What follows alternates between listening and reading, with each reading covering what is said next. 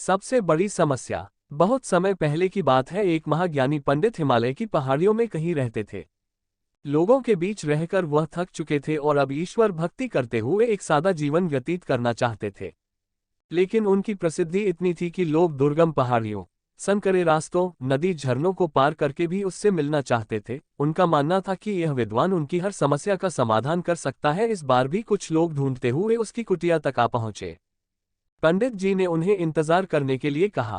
3 दिन बीत गए। अब और भी कई लोग वहां पहुंच गए। जब लोगों के लिए जगह कम पड़ने लगी तब पंडित जी बोले, आज मैं आप सभी के प्रश्नों का उत्तर दूंगा, पर आपको वचन देना होगा कि यहाँ से जाने के बाद आप किसी और से इस स्थान के बारे में नहीं बताएंगे, ताकि आज के बाद मैं एकांत में रहकर अपनी साधना कर सकूं। चलिए अपनी अपनी समस्याएं बताइए। ये सुनते ही किसी ने अपनी परेशानी बतानी शुरू की, लेकिन वह अभी कुछ शब्द ही बोल पाया था कि बीच में किसी और ने अपनी बात कहनी शुरू कर दी। सभी जानते थे कि आज के बाद उन्हें कभी पंडित जी से बात करने का मौका नहीं मिलेगा, इसलिए वे सब जल्दी से जल्दी अपनी बात रखना चाहते थे। कुछ ही देर में वहां का दृश्य मछली बाजार जैसा हो गया और अंततः पंडित जी को चीखकर बोलना पड़ा, कृपया शांत हो जाइए। अपनी अपनी समस्या एक पर्चे पे लिखकर मुझे दीजिए। सभी ने अपनी अपनी समस्याएं लिखकर आगे बढ़ा दी।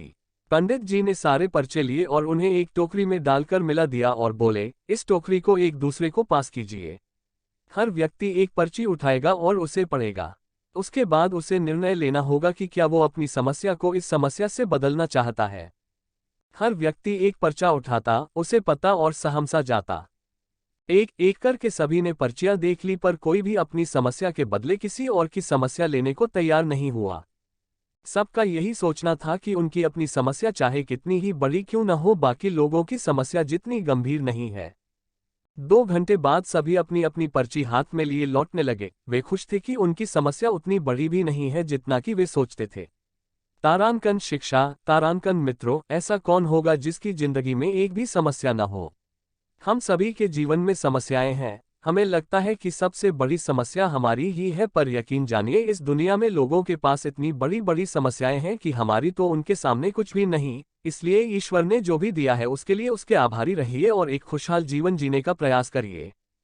सदैव प्रसन्न रहिए, जो प्राप्त है पर्याप्त है। तारांकन, जिसका मन मस्त है उसके पास समस्त है। तारांकन। धन्यवाद।